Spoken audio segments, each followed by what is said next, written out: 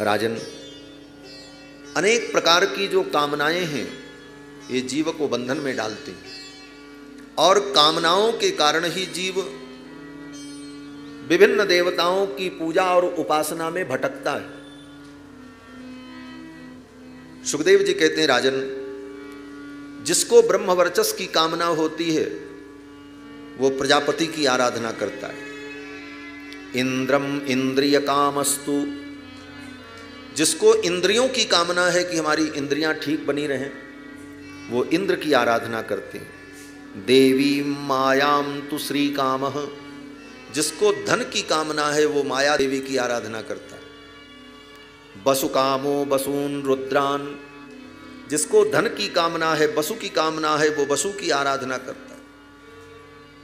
और जो सुंदर रूप की कामना रखते हैं वो लोग गंधर्व की आराधना करते हैं। जो सुंदर स्त्री की कामना करते हैं वो अप्सराओं की आराधना करते हैं। इस प्रकार से अलग अलग फल के लिए अलग अलग देवताओं की आराधना लोग करते हैं। लेकिन हे राजन, अगर समस्त प्रकार की कामना हो जीवन में, अथवा कोई कामना नहीं हो, अथवा मोक्ष की कामना हो, फिर भी प्राणी को चाहिए कि वो एकमात्र भगवान के चरणों की भक्ति करे, भगवान की उपासना। यही हम आप नहीं समझ पाते, भटकते रहते। सुखदेव जी कहते हैं कि अकाम सर्व कामो वा मोक्ष काम उदारधि तीव्रेण भक्ति योगेन यजेत पुरुषम परम। अकामः, कोई कामना नहीं है आपके अंदर, तो किसकी आराधना करें? बोले भगवान की आराधना करो। सर्व कामो वा, समस्त प्रकार की कामनाएं हैं। हमको धन भी चाहिए, बेटा बेटी भी चाहिए, संसार का सुख भी चाहिए, तो कहते हैं भगवान की आराधना करो। क्यों? बोले एक एक देवताओं की पूजा करके एक एक वस्तु पाओगे और भगवान की आराधना करोगे तो तुमको सब कुछ मिल जाएगा। यही भगवान की आराधना की विशेषता। तुलसी सो सब भांति परम सुख, जो चाहसी मन मेरो, तो भज राम काम सब पूर्ण, करहि कृपा निधि तेरो। भगवान कृपा निधान ठाकुर की भक्ति से जीव को सब कुछ प्राप्त हो जाता है। सुखदेव जी कहते हैं सर्व कामनाएं हों तब भी भगवान की भक्ति करो। अकाम सर्व कामो वा मोक्ष काम उदारधि, अगर मोक्ष की कामना है कि मुझे संसार से मुक्ति मिल जाए, बोले तब भी भगवान की ही आराधना करो। तीव्रेण भक्ति योगेन यजेत पुरुषम परम, तीव्र भक्ति योग के द्वारा परम पुरुष भगवान की आराधना करनी चाहिए। और इसके बाद श्री सुखदेव जी महाराज भगवान की बड़ी सुंदर स्तुति करते हैं। सुखदेव भगवान स्तुति करते हुए कहते हैं कि कोई कितना भी बड़ा तपस्वी हो, दानी हो, यशस्वी हो, मनस्वी हो, मंत्रज्ञ हो, लेकिन उसका कल्याण तब तक नहीं हो सकता जब तक अपने सारे कर्मों को भगवान के चरणों में अर्पित नहीं करेगा। तपस्विनो दान परामन यशस्विनो मनस्विनो मंत्रविदस्सु मंगलाः क्षेमं न विन्दन्ति विना यदर्पणं तस्मै सुभद्र स्रवसे नमो नमः। हम जो कुछ करते हैं, दान पुण्य यज्ञ तप, इन सारे कर्मों को भगवान को अर्पित कर देना चाहिए। हमने जो किया, हे प्रभु मैं आपको अर्पण कर रहा हूँ। तद ब्रह्मार्पणमस्तु, ब्रह्म परमात्मा को अर्पण कर दो, क्योंकि जब तक अर्पण नहीं करोगे तब तक उसका कोई फल तुमको नहीं मिलेगा। बड़ी महत्वपूर्ण बात है। और रामायण में ये बात शूर्पणखा ने कही। शूर्पणखा रावण से कहती है कि राजनीत बिनु धन बिनु धर्मा हरि ही समर्पे बिनु सत्कर्मा। राजनीति बिनु, बहुत सुंदर राज्य हो लेकिन नीति न हो तो राज्य नष्ट हो जाता है। धन बिनु धर्मा, और धन न हो तो कोई भी धर्म नहीं होगा। और हरि ही समर्पे बिनु सत्कर्मा, आप जितने सत्कर्म करो, अगर भगवान हरि को समर्पण नहीं करते हो तो वो सत्कर्म भी फल देने में समर्थ नहीं हो। सुखदेव जी कहते हैं कि तपस्विनो दान परा यशस्विनो मनस्विनो मंत्र विदस्सु मंगलाः क्षेमं न विन्दन्ति बिना यदर्पणं तस्मै सुभद्रस्रवसे नमो नमः। जिन सुभद्रस्रवस भगवान को अर्पण किए बिना ये सारे कर्म व्यर्थ हो जाते हैं, उन भगवान श्री हरि को हम प्रणाम करते हैं। उन हरि की महिमा क्या है? बोले उन भगवान श्री हरि के चरणों के जो दास हैं, उन भगवान के भक्तों का जो आश्रय ले लेता है, वो कितना भी बड़ा पापी क्यों न हो, उसका भी कल्याण हो जाता है। सुखदेव जी कहते हैं किरात हूणांध्र पुलिंद पुलकसाह आभीरकंका यवना खसादयः येन्ने च पापा यदुपाश्रयाश्रयाः शुद्ध्यन्ति तस्मै प्रभविष्णवे नमः। जितनी पापमय जातियां हैं, किरात, हूण, पुलिंद, पुलकस,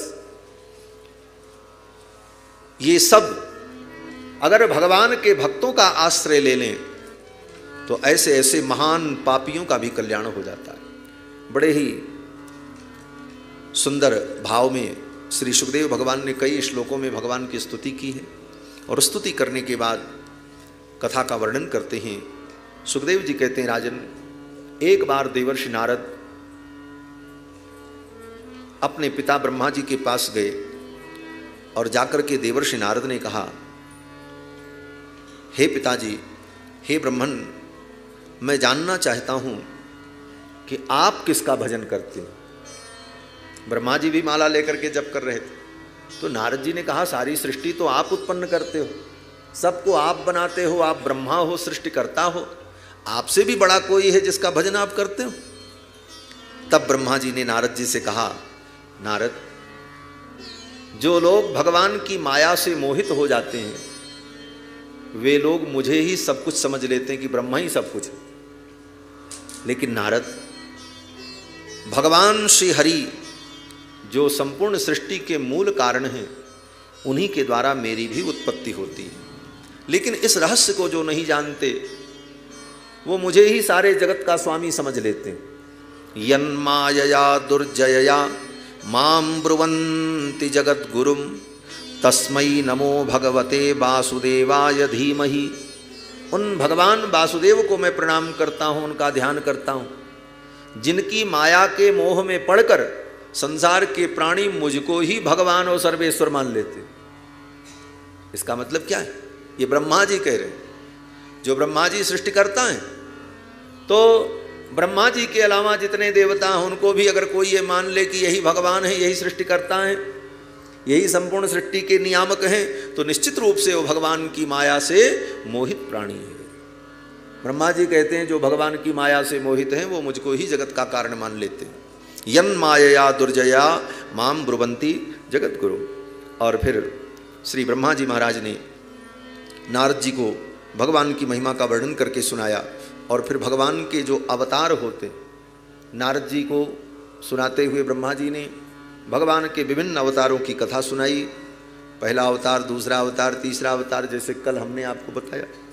और फिर ब्रह्मा जी कहते हैं कि सृष्टि के प्रारंभ में भगवान के नाभि कमल से मेरी उत्पत्ति होती है। भगवान नारायण संकल्प करते हैं, एको हम बहुश्याम, मैं एक हूँ बहुत हो जाऊँ। तो उन भगवान नारायण के नाभि से एक कमल प्रकट होता है, और उस कमल पर मैं प्रकट हो जाता हूँ। मुझको भी वे भगवान नारायण प्रकट करते हैं। ब्रह्मा जी कहते हैं कि जब उस कमलासन पर मेरा प्रादुर्भाव हुआ, मैंने देखा, ब्रह्मा जी ने देखा चारों तरफ दिशाओं में शून्य आकाश दिखाई पड़ा, कहीं कुछ नहीं था। तो ब्रह्मा जी ने सोचा मेरी उत्पत्ति कैसे हुई, मुझको किसने उत्पन्न किया। तो अपनी उत्पत्ति को जानने के लिए ब्रह्मा जी जिस कमल पर बैठे थे उस कमल की नाल को पकड़ करके उतरने लगे कि देखें ये नाल कहाँ से आई, मैं कहाँ से पैदा हुआ, मेरा कारण क्या। चलते चलते ब्रह्मा जी हजारों वर्ष तक चलते रहे, लेकिन उस कमल की नाल का अंत नहीं मिला, कहाँ से ये कमल नाल प्रकट हुई। अंत में ब्रह्मा जी लौट करके आए और आकर के अपने उस कमलासन पर बैठ गए, क्योंकि कहाँ जाते चारों तरफ शून्य आकाश था, अनंत अंतरिक्ष। जैसे उड़ी जहाज को पंछी पूरी जहाज पे आवे। कोई बहुत बड़ा जहाज हो, समुद्र में जा रहा हो और उस पर कोई पंछी बैठा हो, कोई पक्षी बैठा हो और समुद्र में वो जहाज चला जाए, और जब बीच समुद्र में पहुंच गया तो पक्षी उड़ करके कहाँ जाएगा? चारों तरफ पानी ही पानी, कहीं कोई आश्रय नहीं, अंत में लौट करके उसी जहाज पर ही उसको आना पड़ेगा। ब्रह्मा जी भी आए और आकर के अपने उसी कमल पर बैठ गए और विचार करने लगे, मेरा कारण कौन है, मुझको किसने उत्पन्न किया, मैं उस तत्व को जानना चाहता हूँ। उसी समय आकाश में दो अक्षर सुनाई पड़ा, दो वर्ण सुनाई पड़ा। स्पर्शेषु यत् षोडशमेकविंशम्, स्पर्श वर्णों में 16वां और 21वां। स्पर्श वर्ण क्या है? बोले जो हम लोग वर्णमाला पढ़ते हैं आ से लेकर के ज्ञ तक हिंदी में, और संस्कृत में अयुण ऋलृक एवं अयोज जो वर्णमाला है, पाणिनि के 14 माहेश्वर सूत्र जो हैं, तो इन वर्णों में जो 16वां वर्ण है, स्पर्शेषु यत् षोडशमेकविंशम्, स्पर्श वर्णों में 16वां वर्ण। स्पर्श वर्ण कौन होता है? बोले क से लेकर के म तक, का खा गा घा ङ चा छा जा झा या, इस तरह से पा फा बा भा म, क से लेकर म तक ये 25 वर्ण जो हैं इनको स्पर्श वर्ण कहा जाता है। कादयो मावसानाम स्पर्शः, क से लेकर म पर्यंत ये जितने वर्ण हैं ये 25 वर्ण, इनको स्पर्श वर्ण कहते हैं। क्योंकि इन वर्णों के उच्चारण में हमारी जीभ और हमारा ओंठ किसी न किसी मुख के अंग का स्पर्श करता है, तब इन वर्णों की उत्पत्ति होती, तब इनका उच्चारण होता है, इसलिए इनको स्पर्श वर्ण कहा जाता है। तो स्पर्श वर्णों में जो 16वां वर्ण है और 21वां है, 16वां कौन है? गिन के बता दो कोई।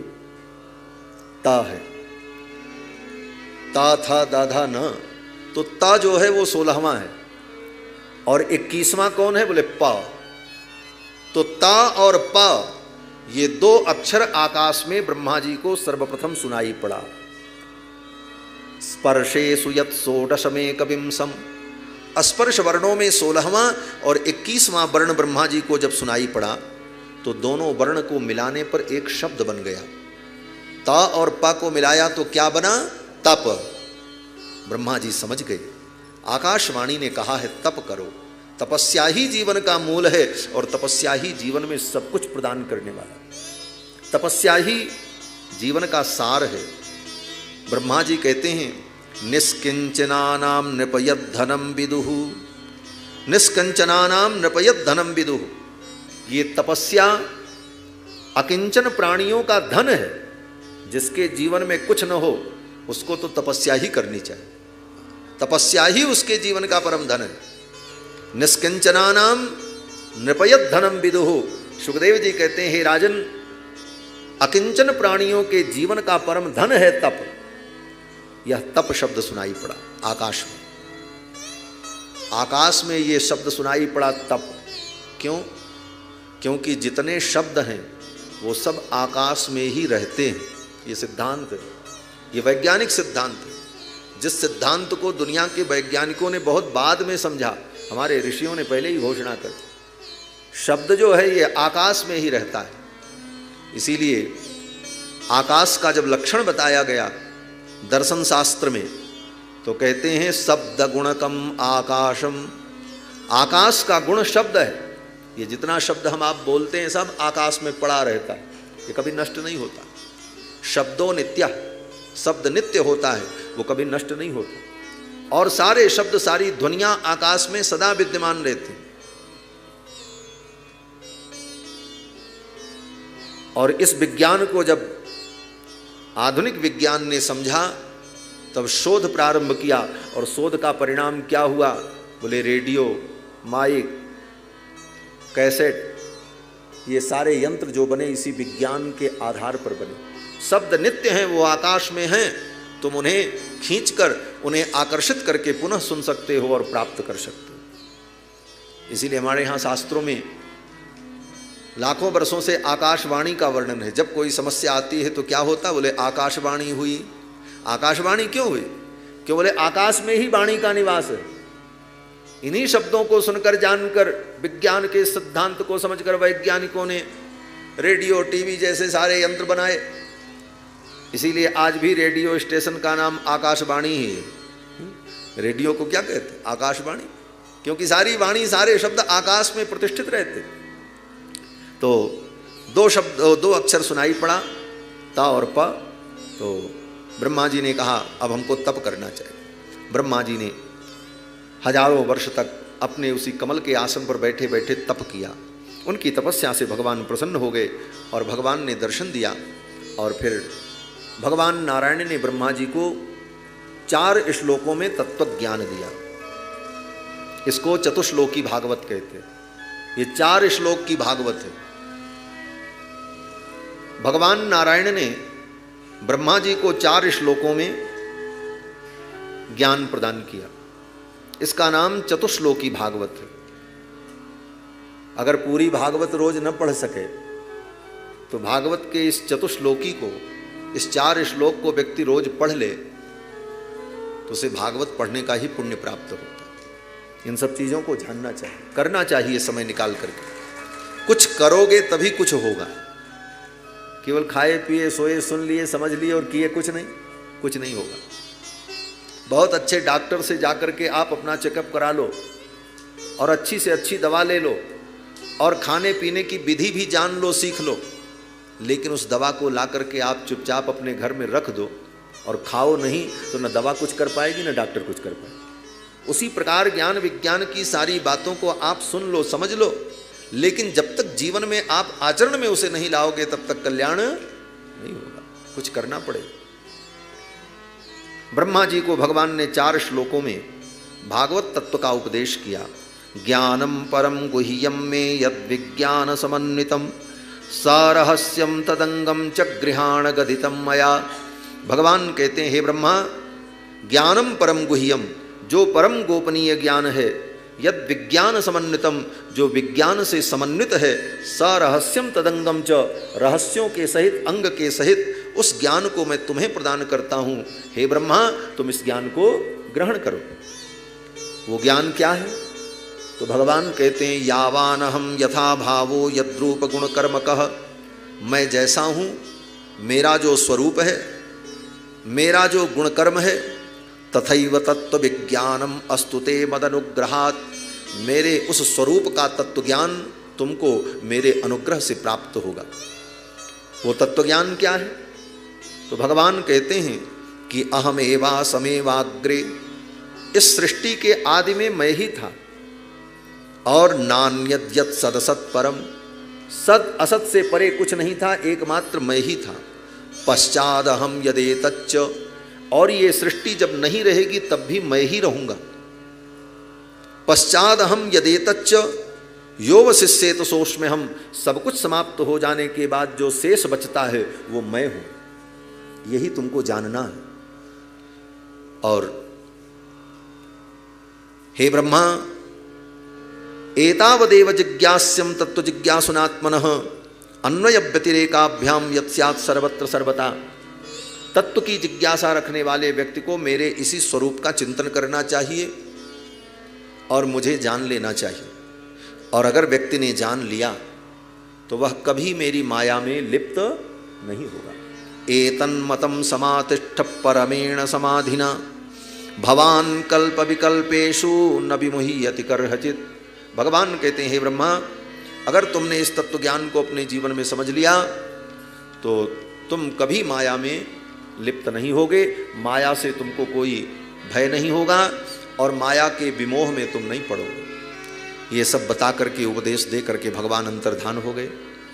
भगवान के चले जाने के बाद श्री ब्रह्मा जी महाराज ने सृष्टि प्रारंभ की और ब्रह्मा जी ने सर्वप्रथम अपने संकल्प से सनक सनंदन सनातन सनत कुमार को 4 मानस पुत्रों को उत्पन्न किया।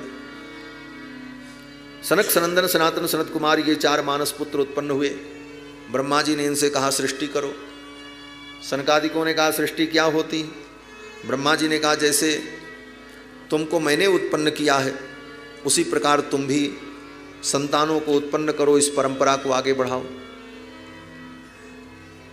तो सनकादिकों ने कहा आपको किसने उत्पन्न किया? तो ब्रह्मा जी ने कहा हमको तो भगवान ने उत्पन्न किया। तो सनकादिकों ने कहा भगवान को किसने उत्पन्न किया? तो ब्रह्मा जी ने कहा भगवान को कोई उत्पन्न नहीं करता, भगवान ही सबको उत्पन्न करते। तो सनकादिक हंसने लगे। सनकादिकों ने कहा जब सबको उत्पन्न करने वाले भगवान हैं तो मैं बीच में अपने को कर्ता क्यों मानूं? ये काम उनका है, हमारा नहीं है, हम तो भजन करेंगे। चले, सच्चाई यही है। लोग कहते हैं महाराज सब वैराग्यवान ही हो जाएंगे तो दुनिया कैसे चलेगी? अक्सर लोग ये तर्क करते, बोले दुनिया चलाने का ठेका तुमने नहीं ले रखा है, ये दुनिया जिसकी है वो चला रहा है। इसलिए ये सब नहीं सोचना चाहिए कि सब भगत हो जाएंगे, सब भगवान की भक्ति में लग जाएंगे तो दुनिया कैसे चलेगी। सारे लोग भगवान के भक्त हो जाएं तो दुनिया और बढ़िया से चलेगी, और सुंदर चलेगी महाराज, और आनंद आएगा। इसलिए सृष्टि कैसे चलेगी ये चलाना काम भगवान का है, हमारा आपका काम नहीं है। हमारा आपका तो काम है भगवान का भजन करना, भगवान का चिंतन करना। सनकादिक भगवान की भक्ति में लग गए। ब्रह्मा जी को रोष आ गया, मैंने 4 संतान उत्पन्न की और चारों महात्मा बन गए, विरक्त बन गए, तपस्वी बन गए। ब्रह्मा जी को थोड़ा रोष आया, और रोष, क्रोध तमोगुण का परिणाम है। तमोगुण आने पर ही क्रोध होता है। तमोगुण जागृत हुआ ब्रह्मा जी के अंदर और क्रोध आया, और तब तक उनकी भ्रिकुटी के मध्य से, दोनों भौहों के मध्य से एक नीले रंग का बालक प्रकट हो गया। नील लोहित रंग का बालक प्रकट हुआ और वो बालक जोर जोर से रोने लगा। नीले रंग का बालक, नील लोहित वर्ण, और वो जब जोर जोर से रोने लगा तो ब्रह्मा जी ने कहा जाओ, तुम रो रहे हो इसलिए तुम्हारा नाम रुद्र होगा। रुदनात् रुद्रः, रो रहे हो इसीलिए तुम्हारा नाम रुद्र होगा। वही भगवान शंकर है, ब्रह्मा की भ्रिकुटी के मध्य से प्रकट हुए और प्रकट होते ही रो रहे थे, इसलिए उनका नाम रुद्र हो गया। रुद्र ने कहा मेरे लिए क्या आज्ञा है? ब्रह्मा जी ने कहा सृष्टि करो। ब्रह्मा जी को तो एक ही काम था कि हमारी ये व्यवस्था आगे बढ़े, जो विभाग हमने संभाला है इसको मैं आगे बढ़ाऊं। ब्रह्मा जी ने कहा सृष्टि करो। रुद्र ने कहा ठीक है। रुद्र ने सृष्टि प्रारंभ की। महाराज रुद्र तो तमोगुण के अधिदेवता हैं, और तमोगुण के अधिदेवता रुद्र ने जब सृष्टि प्रारंभ की तो तमोगुणी सृष्टि प्रारंभ की। भूत प्रेत पिशाच राक्षस सांप बिच्छू डाकिनी शाकिनी बेताल मारीगण भैरवगण ऐसे भयानक प्राणियों को उत्पन्न करना शुरू किया रुद्र ने। ब्रह्मा जी ने कहा अलम बस। क्यों? बोले ये तो विनाश का मसाला है, अभी सृष्टि बनी नहीं और विनाश की वस्तुओं को पहले ही तुमने बना दिया, ये सृष्टि बंद कर दो, ऐसी सृष्टि की कोई आवश्यकता नहीं। तो भगवान शंकर ने कहा, रुद्र ने कहा फिर मेरे लिए क्या आज्ञा है? ब्रह्मा जी ने कहा जाओ तुम भी तपस्या करो। भेज दिया ब्रह्मा जी। भगवान शंकर भी तप करने के लिए आ गए और भगवान रुद्र तप करने लगे। तब ब्रह्मा जी ने सोचा अब मैं क्या करूं, ये सृष्टि कैसे आगे बढ़े। तब ब्रह्मा जी ने अपने संकल्प से 10 प्रजापतियों को उत्पन्न किया। पुलस्त पुलह क्रतु अंगिरा वशिष्ठ ये सारे प्रजापति उत्पन्न हुए। फिर इन प्रजापतियों से सृष्टि का विस्तार होता है। सृष्टि के विस्तार का क्रम श्री सुखदेव जी राजा परीक्षित को सुनाते हैं। कहते हैं 10 प्रजापतियों को ब्रह्मा जी ने उत्पन्न किया और फिर ब्रह्मा जी ने सोचा मानवीय सृष्टि कैसे हो। तब ब्रह्मा जी ने अपने संकल्प से अपने शरीर के दाहिने भाग से एक पुरुष को प्रकट किया और अपने शरीर के बाएं भाग से ब्रह्मा जी ने एक स्त्री को प्रकट किया। ब्रह्मा जी के शरीर के दाहिने भाग से जो पुरुष प्रकट हुए उनका नाम मनु हुआ, और ब्रह्मा जी के बाएं भाग से जो स्त्री प्रकट हुई उनका नाम शतरूपा हुआ। और उन्हीं मनु और शतरूपा से मानवीय सृष्टि का विस्तार हुआ। स्वयंभू मनु अरु शतरूपा जिनते भई नर सृष्टि अनूपा। उन्हीं स्वयंभू मनु और शतरूपा से मानवीय सृष्टि का विस्तार होता है।